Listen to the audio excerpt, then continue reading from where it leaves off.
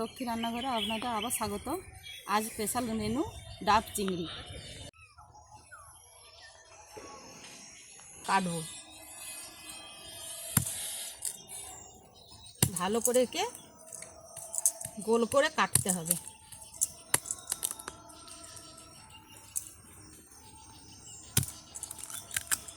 হয়ে গেছে। বাবরে কত বড়, কত জল দেখ। এবার আমি ডাবের জলটা ঢেলে নেব। ভিতরে শাঁসটাও আমার কাজে লাগবে। চলো তো শাঁসটা আমি বের করে, এবারে আমি ভিতরে ডাবের শাঁসটাকে বের করে নেব।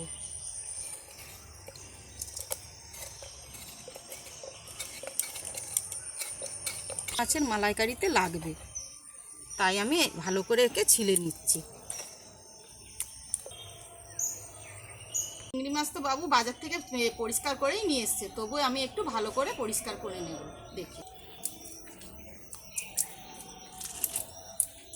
এরকম ভালো করে পরিষ্কার না করলে মাছটা খেতেও ভালো লাগবে।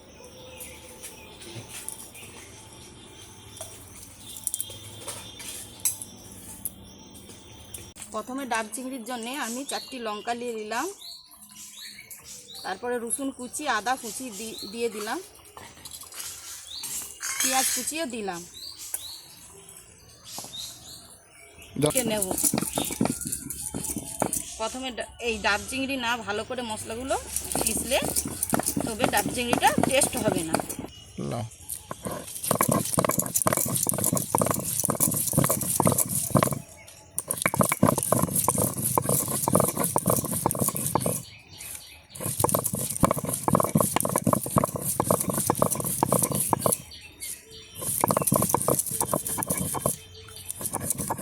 ঠান্ডা চিংড়িটা কি ঠান্ডা ভাব?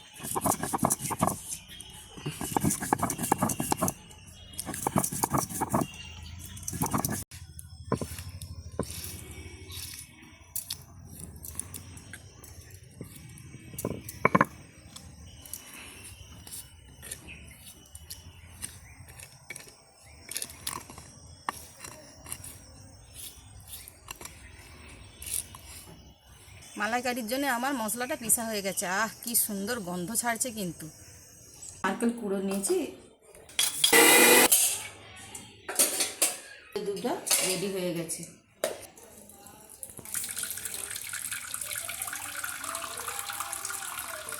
ভিতরে যে মালাইটা ছিল সেটাও আমি মিক্সিতে পিষে নেব।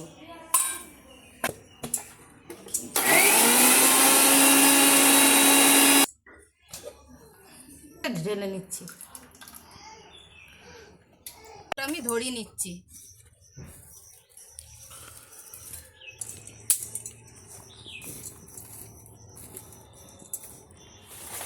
আমার রেডি হয়ে গেছে।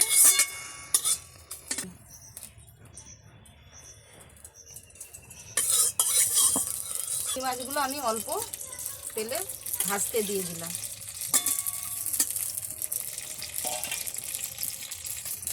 ডাব চিংড়ির জন্যে 10 সেকেন্ড কি 30 সেকেন্ড একটু ভেজে নেবেন মাছটাকে।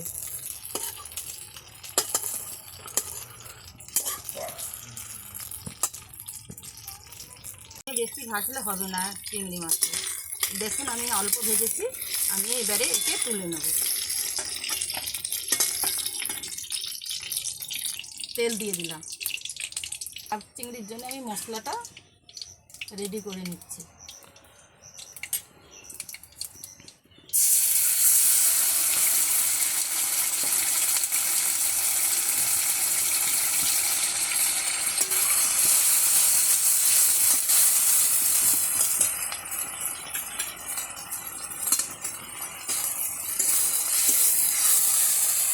সেটাও দিয়ে দেবো,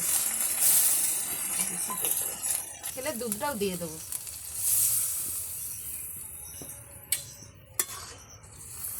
সামান্য নুন নিলাম, আমি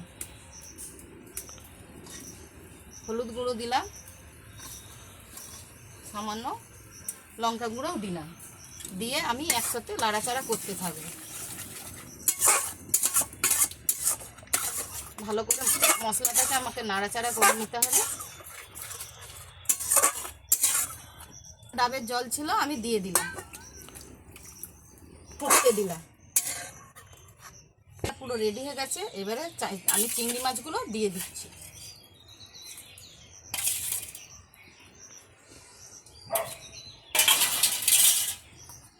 অল্প আমি কাঁচা তেলও সরষের তেলও দিয়ে দিচ্ছি।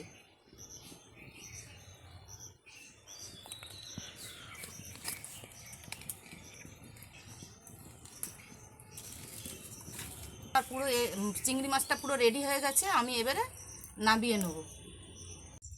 এবারে আমি সুন্দরভাবে একে একে এর ভিতরে ঢুকিয়ে নেব।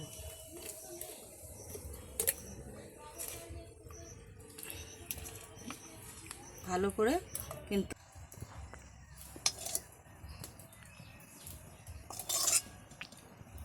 এভাবে আমি ঢাকা দিয়ে দিলাম। এখন চারিধারে আপনারা করে নেবেন যাতে এর ভাতটা না বেরোয়। ডাব চিংড়িটা আমি ছাড়িয়ে নিচ্ছি। এই দেখো কি সুন্দর হয়েছে, দেখো।